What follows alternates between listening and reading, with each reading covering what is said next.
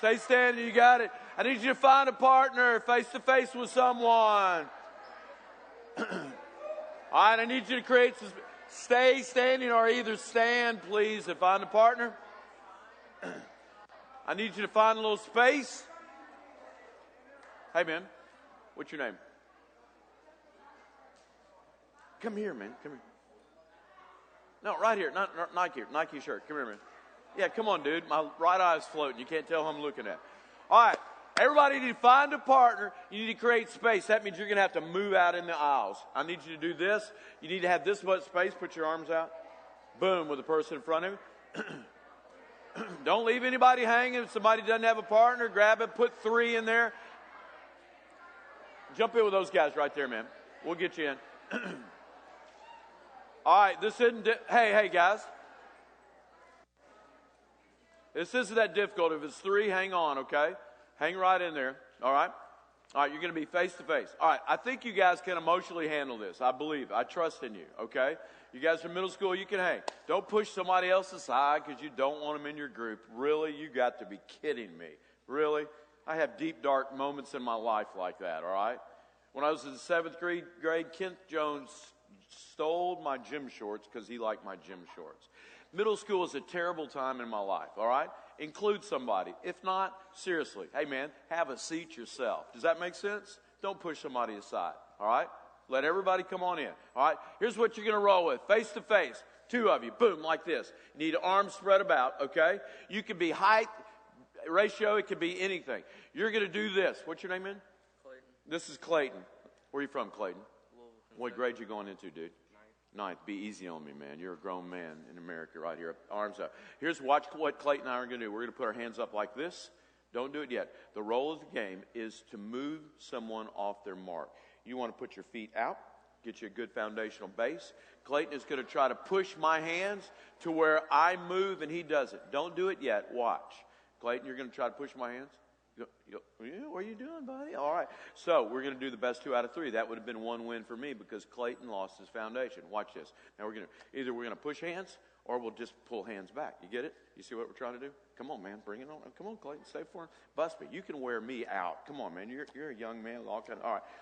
Or just hold back. Don't worry about the size. If you're smaller and they're larger, use that as leverage. You ready? Go for it. It's called face to face. Don't hit anybody in the face. Come on, Clayton. Bring it. Make it happen. Pop it. There you go. There, keep going. What you're doing is pop it. Pop it, pull it back. Or, boom. Come. That's how I have to do because I'm small. I can't win. All right, boom. All right, boom. Boom. Oh, yep. All right.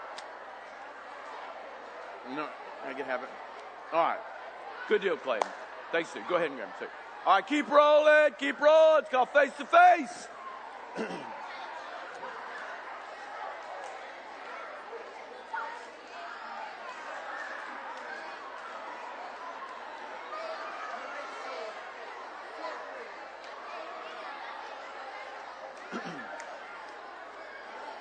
Excellent. Okay, go ahead and have a seat. Go for it. Woo!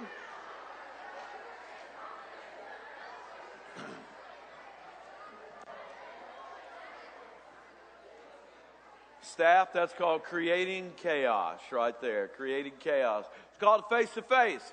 You're trying to have a foundation. You're trying to create change in the other person while you have the same mark, the same foundation that's there. Today we're going to chat about change.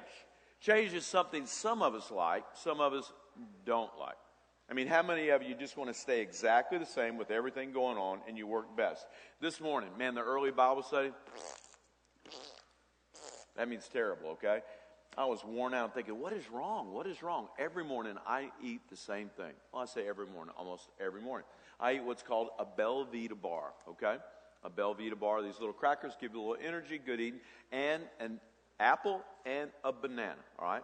So I've been rolling into the cafeteria. I come hang for a few moments. I get an apple, banana if they're in there. This morning when there were no apples and bananas. And I went, oh, crud. And so I didn't have my Belvita bar either. And I saw some donuts, okay? And I like donuts. So I kleptoed 2 donuts and snuck them and ate them. And I'm in here this morning thinking, why am I feeling so bad? Oh, I just had tons of sugar this morning. Nothing from a banana, no apple, no Belvita bar. So hopefully we're better now. If not, hey, life goes on, man. So sometimes we don't hit the mark all the time. Interesting about changing my life. If you could change something about yourself, what would you change? Middle schoolers, man, are the people that want to change a lot about themselves.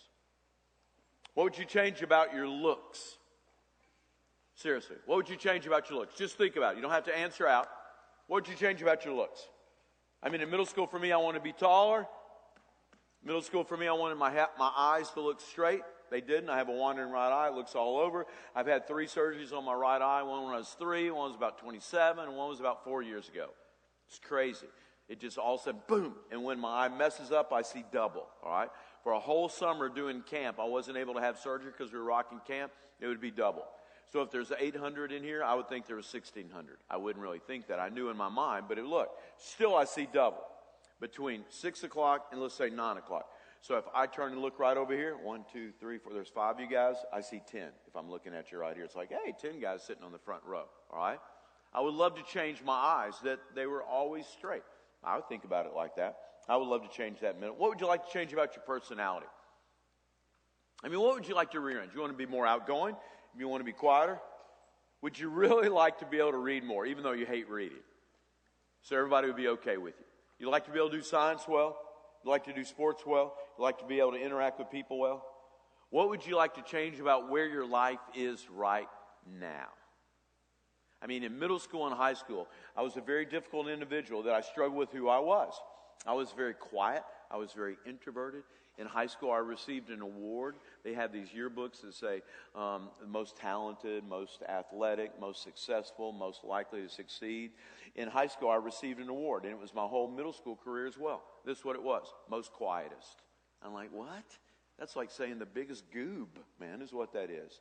I was very quiet. Nancy Karoom, she got her picture taken with me. We're in the library just looking at books, just staring at them. I wanted to change my personality. I wanted to change my looks. I wanted to change about everything about me. I really, really struggled with who I was and what I was like. What would you like to change about your past? I mean, what heartaches and pains have you been through? What have you experienced in your family life, in your personal life that you'd like to change, that you wish had never happened? For some of you, it could be as simple as, which is very big, you'd like to have a meal every day at every time. We don't have a lot of food in the house. In Nashville, Tennessee, 100% of the people are on free breakfast and lunch meals. And the reason is because about 96% of Nashville doesn't have the income to provide for meals, so they just do it 100%. They provide backpacks on Fridays for students to go home, because what they found is a lot of students came in on Mondays and they were hungry. They hadn't eaten appropriate food on Saturdays and Sundays. So they sent home different backpacks full of food, healthy, nutritional food for students. What would you change about your past? There's been many aspects of our identity over the last couple of days. Crisis of identity, challenge of identity.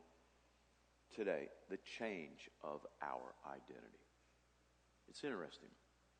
It doesn't mean God doesn't love you. He does. God created you in His image.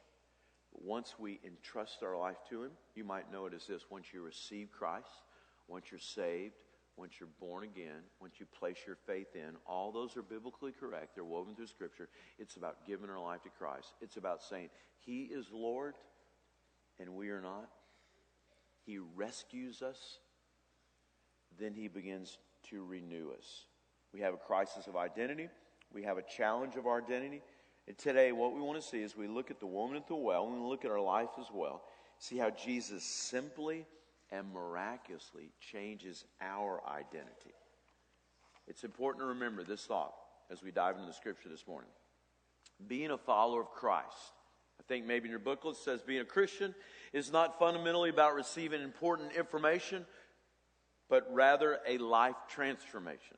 Big sentence. Let's think about what it means. Being a Christian is not fundamentally about receiving important information, but rather a life transformation.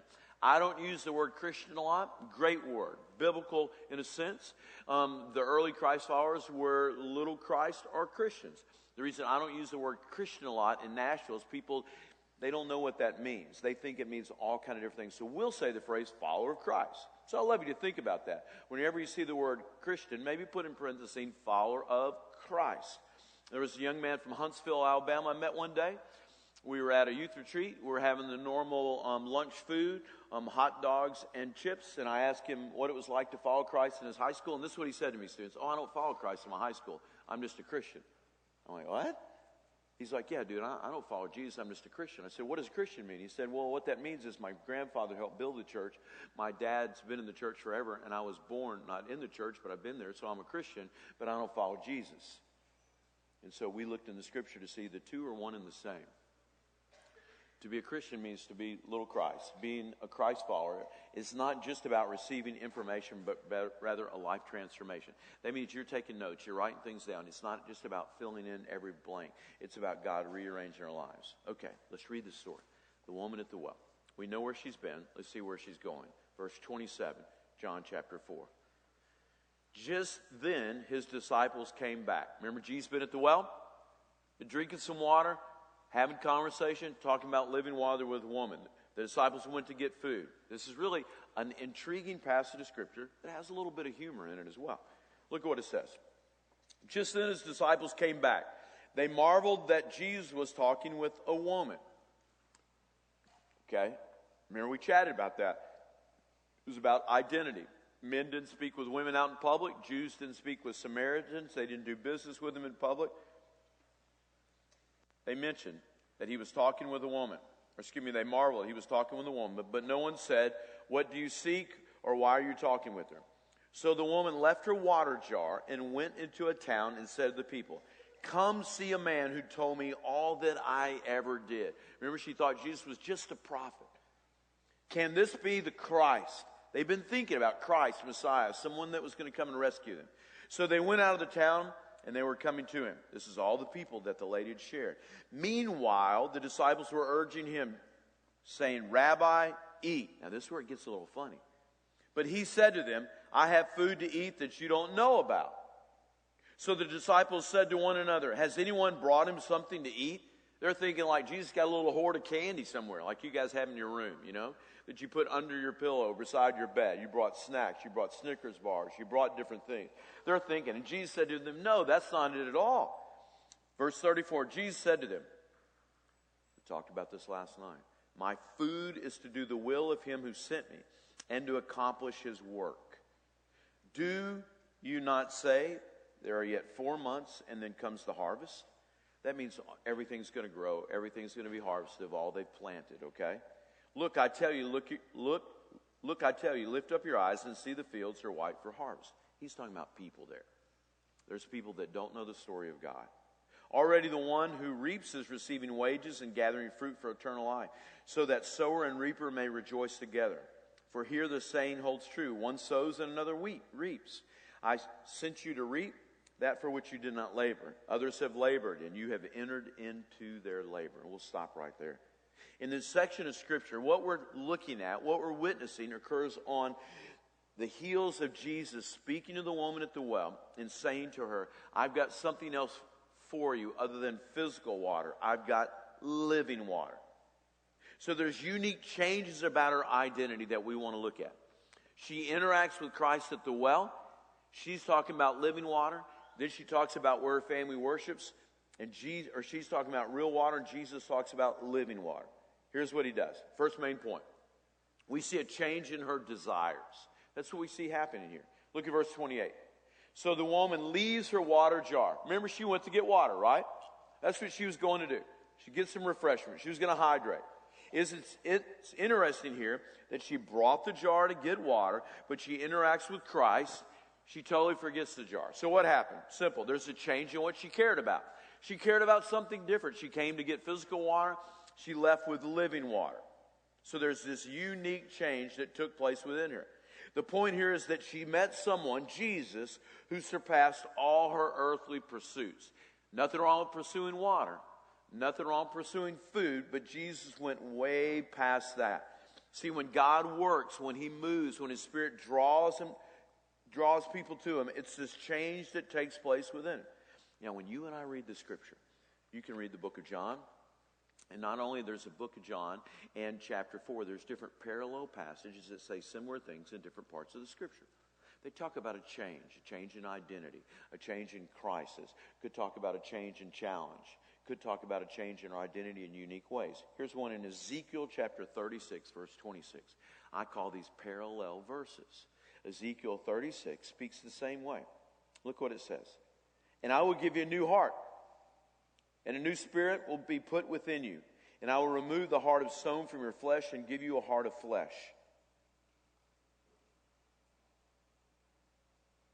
And I will put my spirit within you and cause you to walk in my statutes and be careful to obey my rules.